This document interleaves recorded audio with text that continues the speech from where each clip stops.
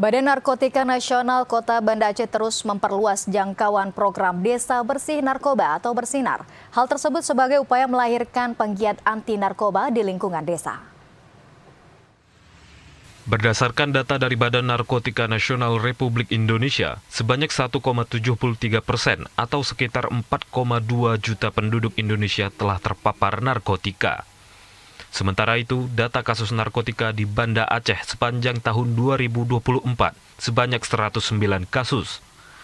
Angka ini turun hingga 26% dibanding tahun 2023 yang mencapai 148 kasus.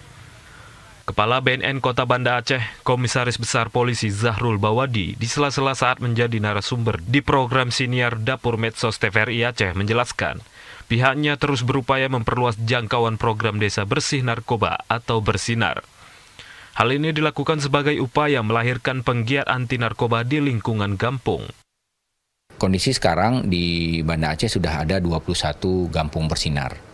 Nah, ini kita terus evaluasi dan juga terus kita kerjasamakan dengan kampung-kampung yang lain yang belum bersinar.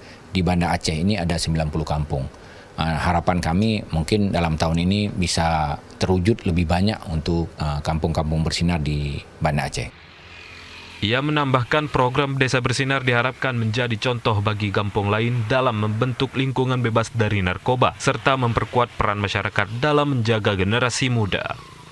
Tim Liputan TVRI Aceh melaporkan.